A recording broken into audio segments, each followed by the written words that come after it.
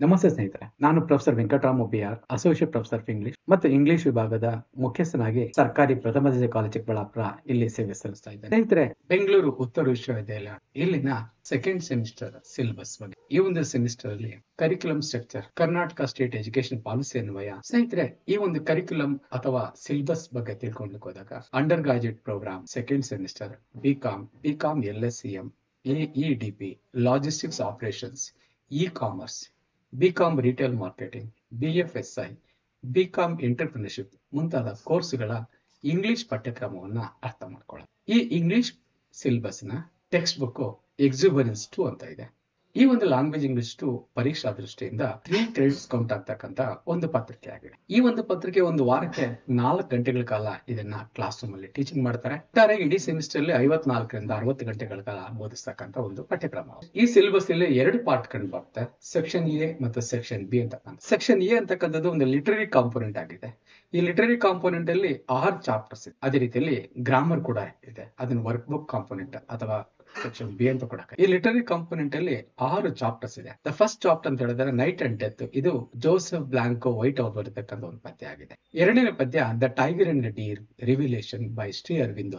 ಮೂರನೇದು short story poison ಅಂತಕ್ಕಂಥದ್ದು by Ismat Chughtai ಆಗಿತ್ತು. ದ ನೆಕ್ಲೆಸ್ ಅಂತ ಶಾರ್ಟ್ ಸ್ಟೋರಿ ಇದೆ, ಗೆ ದ ಮಾಪಸ್ ಅಂತ ಅವರ ಒಂದು ಶಾರ್ಟ್ ಸ್ಟೋರಿ. ಇನ್ನ 5ನೇ ಒಂದು ಲೆಸನ್ ಅಂತ ಹೇಳಿದ್ರೆ ಗಾಂಧಾರಿ, ಇದು ಒಂದು ಶಾರ್ಟ್ ಸ್ಟೋರಿ, ಐರಾವತಿ ಕರ್ವೆ ಅವರ ಒಂದು ಶಾರ್ಟ್ ಸ್ಟೋರಿ. ನಂತರ 6ನೇ ಚಾಪ್ಟರ್ ಅಂತ ಹೇಳಿದ್ರೆ the character of the man in black ಅನ್ನೋದು ಆಲಿವರ್ ಗೋಲ್ಡ್ ಸ್ಮಿತ್ ಅವರ ಒಂದು ಎಸ್ಸೆ ಆಗಿದೆ. ಇಷ್ಟು ಕಂಟೆಂಟ್ಸ್ ಅನ್ನು ನಾವು ಸ್ಟಡಿ ಮಾಡ್ತೀವಿ. ಇಷ್ಟು ಕಂಟೆಂಟ್ಸ್ ಅನ್ನ ಬ್ರೀಫ್ ಆಗಿ ತಿಳ್ಕೊಳ್ಳೋಣ ಬನ್ನಿ. ಸ್ನೇಹಿತರಿಗೆ ಆಗ್ಲೂ ಹೇಳಿದ್ದೀನಿ, ನಿಮ್ಮ ಒಂದು ಪಠ್ಯಕ್ರಮದ ಮೊದಲನೇ ಲೆಸನ್ ಅಂತ ಹೇಳಿದ್ರೆ ನೈಟ್ ಅಂಡ್ ಡೆತ್. ಇದು ಜೋಸೆಫ್ ಬ್ಲಾಂಕೋ ವೈಟ್ ಅವರು ಬರೆದಿರ್ತಕ್ಕಂಥ ಒಂದು ಥಾಟ್ ಪ್ರೊವೋಕಿಂಗ್ ರಿಫ್ಲೆಕ್ಟಿವ್ ಪೋಯಮ್. ಇದು ಯಾವ್ದ್ರ ಮೇಲೆ ರಿಫ್ಲೆಕ್ಟ್ ಮಾಡುತ್ತೆ ಅಂತ ಹೇಳಿದ್ರೆ beauty and mystery of night ಬಗ್ಗೆ ರಿಫ್ಲೆಕ್ಟ್ ಮಾಡುತ್ತೆ. ಈ ಪೊಯಮ್ ಬಿಗಿನಿಂಗ್ ಅಲ್ಲೇ ಏನ್ ಮಾಡತ್ತಪ್ಪ ಅಂತ, it admires a serene and quiet atmosphere of night. ಬಹಳ ಸೆರೀನ್ ಆಗಿರ್ತಕ್ಕಂಥ ಕ್ವೈಟ್ ಆಗಿರ್ತಕ್ಕಂಥ ಅಟ್ಮಾಸ್ಫಿಯರ್ ಆಫ್ ದ ನೈಟ್ ಅನ್ನ ಇದು ಅಡ್ಮೈರ್ ಮಾಡ್ತಾ ಪೊಯಮ್ ಪ್ರಾರಂಭವಾಗುತ್ತೆ. Soft light of moon and stars ಅನ್ನ ಪ್ರಜ್ವಲಿಸ್ತಾ ಇರೋದು ನಮ್ಗೆ ಪರಿಚಯ ಮಾಡುತ್ತೆ. ಪೊಯಮ್ ಅಲ್ಲಿ ಕವಿ ಕಾಂಟ್ರಾಸ್ಟ್ ಮಾಡೋದೇನಪ್ಪ ಅಂದ್ರೆ ಡಾರ್ಕ್ನೆಸ್ ಮತ್ತು ಡೆತ್ ಅನ್ನ ಅಸೋಸಿಯೇಟ್ ಮಾಡ್ತಾ ಜನ ಯಾವ ತರ ಭಯ ಪಡ್ತಾರೆ ಅನ್ನೋದನ್ನ ಇಲ್ಲಿ ಕಂಪೇರ್ ಮಾಡ್ತಾ ಕವಿ ಆಗಿರ್ತಕ್ಕಂಥ ವೈಟ್ ಅವರು ಸಜೆಸ್ಟ್ ಮಾಡೋದೇನಪ್ಪ ಅಂದ್ರೆ ನೈಟ್ ಅಂತಕ್ಕಂಥದ್ದು ಡೆತ್ ಇದ್ದಾಗೆ. ನೈಟ್ ಇಸ್ ಲೈಕ್ ಡೆತ್ ಅಂತ ಹೇಳಿ. It is not something to fear. ಭಯ ಪಡೋಂಥದ್ದೇನಿಲ್ಲ ಇದು, ಆದ್ರೆ it's a gateway to deeper truths and the divine ಅಂತ ಮಾತಾ ಕವಿ ಹೇಳ್ತಾರೆ. ನಾವು ಡೀಪರ್ ಟ್ರೂತ್, ಆಳವಾದ ಸತ್ಯ ಅರ್ಥ ಮಾಡ್ಕೊಳ್ಲಿಕ್ಕೆ ಮತ್ತು ಡಿವೈನ್ ದೈವಿಕ ವಿಚಾರಗಳನ್ನ ಅರ್ಥ ಮಾಡ್ಕೊಳ್ಲಿಕ್ಕೆ ಇರ್ತಕ್ಕಂಥ ಮಾರ್ಗ ಇದು ಅನ್ನೋದನ್ನ ಕವಿ ಹೇಳ್ತಾವ. ಈ ಪೊಯಮ್ ಅಲ್ಲಿ ಎಂಫಸೈಸ್ ಮಾಡೋ ವಿಚಾರ ಏನಪ್ಪಾ ಅಂದ್ರೆ the idea that death much like night ಅನ್ನ ಹೇಳ್ತಾ ಹೋಗ್ತಾರೆ. ಡೆತ್ ಅಂತಕ್ಕಂಥದ್ದು ಒಂದು ರಾತ್ರಿ ಇದ್ದಾಗ ಅದು gives peace, it brings peace and chance to connect with eternity ಅನ್ನೋ ಮಾತನ್ನ ಕವಿ ಹೇಳ್ತಾನೆ. ನಾವು ಎಟರ್ನಿಟಿ ಅಂತ ಹೇಳ್ತೀವಲ್ಲ, ಅನಂತತೆ, ಅದಕ್ಕೆ ಕನೆಕ್ಟ್ ಮಾಡ್ಲಿಕ್ಕೆ ಇರ್ತಕ್ಕಂಥ ಒಂದು ಅವಕಾಶವೇ ಡೆತ್ ಅನ್ನೋ ಮಾತನ್ನ ಹೇಳಿ ಕವಿ ಇಲ್ಲಿ ನಮ್ಗೆ ಓದುಗರಿಗೆ ಅರ್ಥ ಮಾಡ್ಕೊಳ್ಲಿಕ್ಕೆ ಹೆಲ್ಪ್ ಮಾಡೋದರಪ್ಪ ಅಂದ್ರೆ we want to see the beauty and hope in things that initially seem frightening or unknown ಅನ್ನೋ ಮಾತನ್ನ ಕವಿ ಹೇಳ್ತಾರೆ. ನಮ್ಗೆ ಸ್ಟಾರ್ಟಿಂಗ್ ಅಲ್ಲಿ ಯಾವ್ದು ಭಯ ಇಡ್ಸುತ್ತೆ, ಯಾವ್ದು ಅನ್ನೋನ್ ಆಗಿದೆ, ಅಂತಹದ್ರಲ್ಲಿ ಒಂದು ಬ್ಯೂಟಿಯನ್ನು ನೋಡ್ಬೇಕು, ಒಂದು ಹೋಪ್ ಅನ್ನು ನೋಡ್ಬೇಕು ಅನ್ನೋದನ್ನ ಈ ಪೊಯಮ್ ಪರಿಚಯ ಮಾಡ್ಬೇಕು. ಈ 2ನೇ ಪೊಯಮ್ ಅಂತ ಹೇಳಿದ್ರೆ the tiger and the Deere ಅಂತಕ್ಕಂಥದ್ದು. ಇದು ಶ್ರೀ ಅರವಿಂದ್ ಅವರು ಬರೆದಿರ್ತಕ್ಕಂಥ ಒಂದು ಪದ್ಯ ಆಗಿದೆ.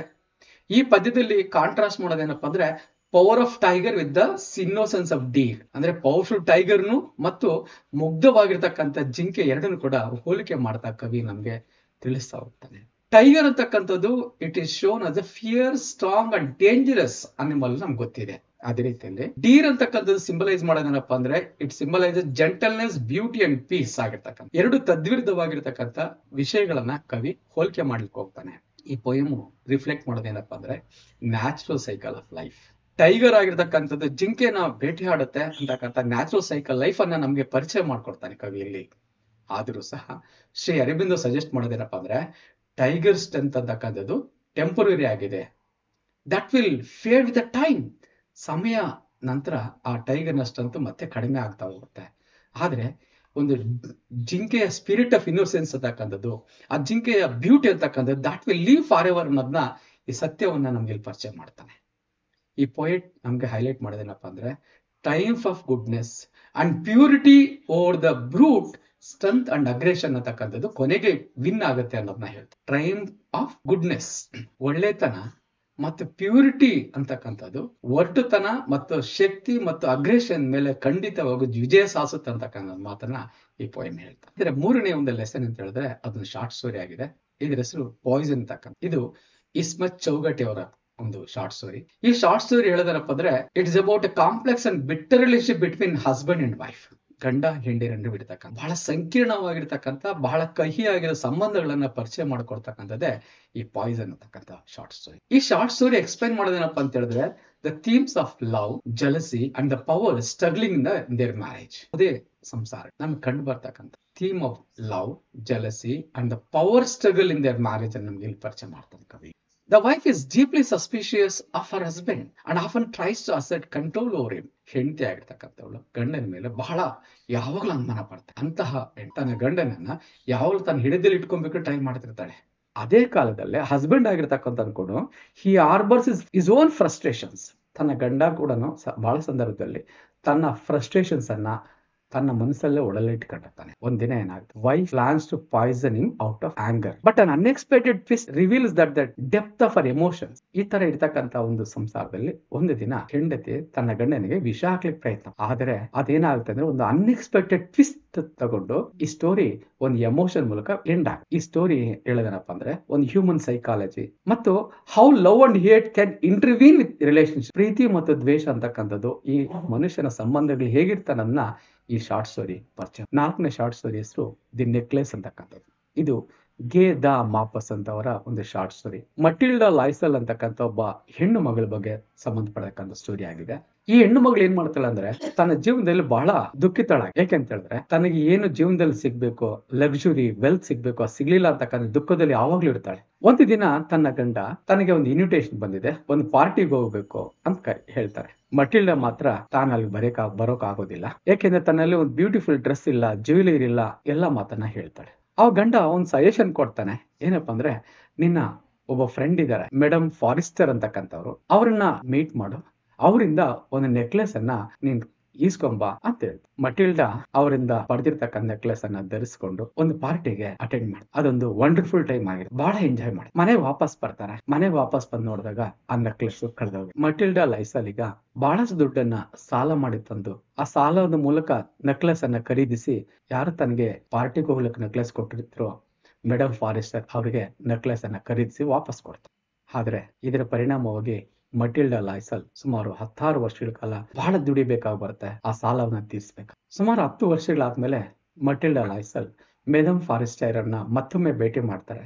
ಭೇಟಿ ಮಾಡಿ ತನ್ನ ಜೀವನದಲ್ಲಿ ಅನುಭವಿಸಿದ ನೆಕ್ಲೆಸ್ಗಾಗಿ ಪಟ್ಟ ಶ್ರಮದ ಬಗ್ಗೆ ಆಕೆ ಮತ್ತೊಮ್ಮೆ ಅವ್ರ ಹತ್ರ ಹೇಳ್ತಾರೆ. ಮಟಿಲ್ಡಾ ಲೈಸಲ್ ಈ ಮಾತು ಹೇಳಿದ್ಮೇಲೆ ಮೇಡಮ್ ಫಾರೆಸ್ಟರ್ಗೆ ಬಹಳ ಶಾಕ್ ಆಗುತ್ತೆ. ಈ ತರ ಆಘಾತ ಆಗಿರ್ತಕ್ಕಂಥ ಮೇಡಮ್ ಫಾರೆಸ್ಟರ್ ಅದು ನಾನು ನಿನ್ ಕೊಟ್ಟಿದ್ದು ಒರಿಜಿನಲ್ ನೆಕ್ಲೆಸ್ ಅಲ್ಲ, ಅದೊಂದು ನಕಲಿ ನೆಕ್ಲೆಸ್ ಆಗಿತ್ತು ಅಂತ ಹೇಳಿ ಆಕೆ ಹೇಳ್ತಾಳೆ. ಅದಾದ ನಂತರ ತಾನು ಇಷ್ಟೆಲ್ಲ ಕಷ್ಟಪಟ್ಟೆ ನಿಮಗೆ ಒರಿಜಿನಲ್ ನೆಕ್ಲೆಸ್ ಕೊಡಿಸ್ಲಿಕ್ಕೆ ಅಂತೇಳಿ ಆಕೆಗೆ ಒಂದು ರೀತಿಯ ಮುಜುಗರ ಆಗುತ್ತೆ. ಈ ಸ್ಟೋರಿ ಈ ರೀತಿಯ themes of vanity, materialism, of dishonesty ಇನ್ನೋ ಥೀಮ್ಸ್ ಮೂಲಕ ಈ ಸ್ಟೋರಿ ಎಂಡ್ ಆಗುತ್ತೆ. 5ನೇ ಒಂದು ಶಾರ್ಟ್ ಸ್ಟೋರಿ ಬರೋಣ. ಇದು ಗಾಂಧಾರಿ ಅಂತಕ್ಕಂಥದ್ದು ಈ ಶಾರ್ಟ್ ಸ್ಟೋರಿ ಹೆಸರು. ಇದು ಐರಾವತಿ ಕರ್ವೆ ಬರತಕ್ಕಂಥ ಶಾರ್ಟ್ ಸ್ಟೋರಿ ಆಗಿದ್ದು ಇದು ಗಾಂಧಾರಿಯ ಪಾತ್ರದನ್ನ ಪರಿಚಯ ಮಾಡಿಕೊಡ. ಗಾಂಧಾರಿ ಅಂತಕ್ಕಂಥದ್ದು ಮಹಾಭಾರತದ ಬಹಳ ಪ್ರಮುಖವಾಗಿರ್ತಕ್ಕಂಥ ಒಂದು ಪಾತ್ರ. ಗಾಂಧಾರಿ ಧೃತರಾಷ್ಟ್ರ ರಾಜನ ಹೆಂಡತಿ ಆಗಿರ್ತಕ್ಕಂಥವಳು ಅಂಡ್ ದ ಮದರ್ ಆಫ್ ಕೌರವರ ತಾಯಿ ಆಗಿರುತ್ತೆ. ಈ ಸ್ಟೋರಿ ಹೇಳೋ ಪ್ರಕಾರ ಆಕೆಯನ್ನ ಬಹಳ ಸ್ಟ್ರಾಂಗ್ ಅಂಡ್ ಡಿವೋಟೆಡ್ ವುಮೆನ್ ಅಂತೇಳಿ ನಮ್ಗೆ ಪರಿಚಯ ಮಾಡ್ಕೊಡ್ತಾರೆ.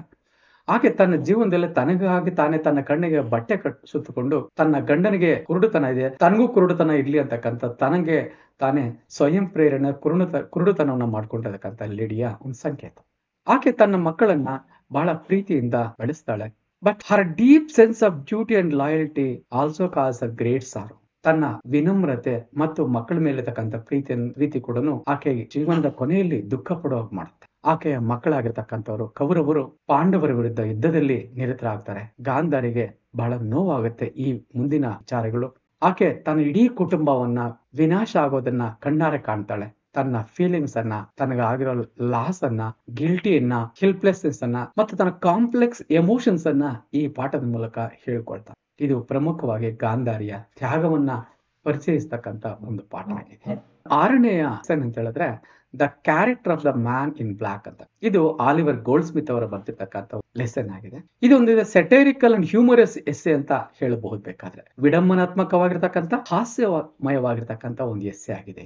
ಇದು ಒಬ್ಬ ಅನ್ನೋನ್ ಮ್ಯಾನ್ ಆಗಿರ್ತಕ್ಕಂಥವನು ತನ್ನ ಮ್ಯಾನ್ ಇನ್ ಬ್ಲಾಕ್ ಅಂತ ಕರಿತೀವಿ ಮಾರುವೇಷದಲ್ಲಿ ಹೋದಾಗ ಹೇಗೆ ಮಿಸ್ಟೀರಿಯಸ್ ಆಗಿ ತನ್ನ ಹಾಸ್ಯವನ್ನ ಅನುಭವಿಸ್ತಾನೆ ಅನ್ನೋದನ್ನ ಪರಿಚಯ ಮಾಡ್ಕೊಡ್ತಾನೆ. ಇಲ್ಲಿ ಕಂಡು ಬರ್ತಕ್ಕಂಥ ಒಬ್ಬ ಮ್ಯಾನ್ ಆಗಿರ್ತಕ್ಕಂಥವನು who appears to be very serious and deep and behaviour habits are odd and impractical. ಅವನ ಬಿಹೇವಿಯರ್ ಮತ್ತು ಹ್ಯಾಬಿಟ್ಸ್ ನೋಡಿದಾಗ ಬಹಳ ಆಡ ಕಂಡು ಬರುತ್ತೆ ಮತ್ತು ಇಂಪ್ರಾಕ್ಟಿಕಬಲ್ ಅವಾಗ ಕಂಡು ಬರುತ್ತೆ. ಅವನ ಬಗ್ಗೆ ಡಿಸ್ಕ್ರೈಬ್ ಮಾಡ್ಬೇಕಂದ್ರೆ ಈ seems to be very busy with many different things, but ಅವನ ಅಕಾಂಪ್ಲಿಷ್ಮೆಂಟ್ ನೋಡಿದ್ರೆ ಏನೂ ಇಲ್ಲ ಅಂತ ಒಬ್ಬ ವ್ಯಕ್ತಿ.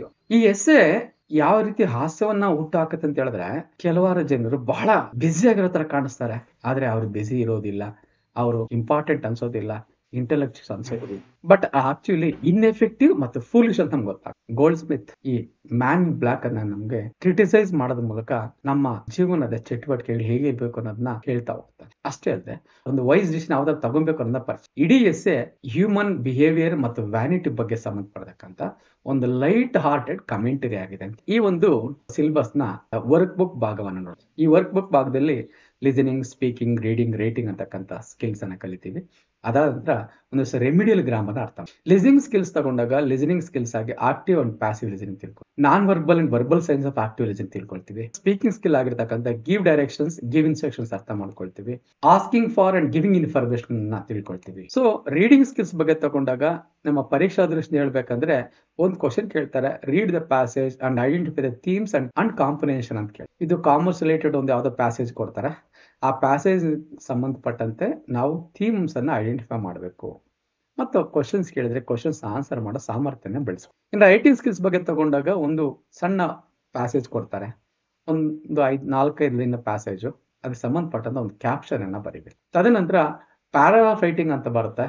ಬೇರೆ ಬೇರೆ ತರಹದ ಪ್ಯಾರಾಗ್ರಾಫ್ಸ್ ಅನ್ನ ನಾವು ಅರ್ಥ ಮಾಡ್ಕೊಂಡಿದ್ದು, ಅವ್ರು ಯಾವ ತರ ಪರೀಕ್ಷೆಯಲ್ಲಿ ಪ್ಯಾರಾಗ್ರಾಫ್ ಬರಿ ಅಂತ ಹೇಳ್ತಾರೋ ಆ ತರ ಬರೆಯುವಂತ ನಾವು ಸ್ಕಿಲ್ ಅನ್ನು ಕಲ್ತ್ಕೊಬೇಕು. ಇದಾದಂತ ರೆಮಿಡಿಯಲ್ ಗ್ರಾಮರ್ ಅಂತ. ಈ ರೆಮಿಡಿಯಲ್ ಗ್ರಾಮರ್ ನಮ್ಮ ದೈನಂದಿನ ಜೀವನದಲ್ಲಿ ಮಾಡ್ತಕ್ಕಂಥ ಇಂಗ್ಲಿಷ್ ನ ಬಳಕೆಯ ತಪ್ಪುಗಳನ್ನು ತಿದ್ದುವಂತ ಒಂದು ವೇದಿಕೆ. ಇಲ್ಲಿ ನಾವು ಹೋಮೋನಿಮ್ಸ್ ಅಲ್ಲಿ ಯಾವ ತರ ಮಿಸ್ಟೇಕ್ಸ್ ಮಾಡ್ತೀವಿ, ಹೋಮೋಫೋನ್ಸ್ ಅಲ್ಲಿ ಯಾವ ತರ ಮಿಸ್ಟೇಕ್ಸ್ ಮಾಡ್ತೀವಿ, ಮತ್ತು ಒನ್ ವರ್ಡ್ ಸಬ್ಸ್ಟಿಟ್ಯೂಟ್ಸ್ ಯಾವ ತರ ಇರ್ತವೆ ಅದನ್ನ ಪರಿಚಯ ಮಾಡ್ತೀವಿ. ಇನ್ನು prefix, suffix, antonyms, synonyms, word formation ಕೂಡ ನಾವು ಕಲಿತೀವಿ. ಇನ್ನು ನೆಕ್ಸ್ಟ್ ಚಾಪ್ಟರ್ ಅಂತ ಹೇಳಿದ್ರೆ ಟೆನ್ಸಸ್ ಅಂತಕ್ಕಂಥದ್ದು ಕಲಿತೀವಿ. ಆನಂತರ ಡೈರೆಕ್ಟ್ ನೆಟ್ ಸ್ಪೀಚ್ ಕಲಿತೀವಿ, ಆಕ್ಟಿವ್ ಅಂಡ್ ಪ್ಯಾಸಿವ್ ವಾಯ್ಸ್ ಅನ್ನು ಕಲಿತೀವಿ. ಇಡೀ ಬಿಸ್ನೆಸ್ ರಿಲೇಟೆಡ್ ಆಗಿರೋ ವೊಕ್ಯಾಬುಲರಿ ಜಾರ್ಗನ್ಸ್ ಅನ್ನು ಅರ್ಥ ಮಾಡ್ಕೊಳ್ಳಿ. ಸ್ನೇಹಿತರೆ, ಈ ವಿಡಿಯೋ ವೀಕ್ಷಿಸಿದ್ದಕ್ಕಾಗಿ ಧನ್ಯವಾದಗಳು. ನಿಮ್ಗೆ ಈ ವಿಡಿಯೋ ಇಷ್ಟ ಆಗಿದ್ರೆ ದಯವಿಟ್ಟು ಒಂದು ಲೈಕ್ ಕೊಡಿ, ಕಮೆಂಟ್ ಮಾಡಿ ಮತ್ತು ನಿಮ್ಮ ಫ್ರೆಂಡ್ಸ್ಗೆ ಶೇರ್ ಮಾಡಿ. ಇದುವರೆಗೂ ಸಬ್ಸ್ಕ್ರೈಬ್ ಆಗಲ್ಲ ದಯವಿಟ್ಟು ಸಬ್ಸ್ಕ್ರೈಬ್ ಆಗೋದ್ ಮೂಲಕ ಈ ಒಂದು ವಿಡಿಯೋ ಚಾನೆಲ್ ನ ನಿಮ್ಮ ಉಪಯುಕ್ತವಾಗಿರ್ತಕ್ಕಂಥ ಜ್ಞಾನಾರ್ಜನೆಗೆ ಅವಕಾಶ ಮಾಡಿಕೊಡ್ತಕ್ಕಂಥ ವೇದಿಕೆಯನ್ನಾಗಿ ಬಳಸ್ಕೊಳ್ಳಿ. ಧನ್ಯವಾದಗಳು.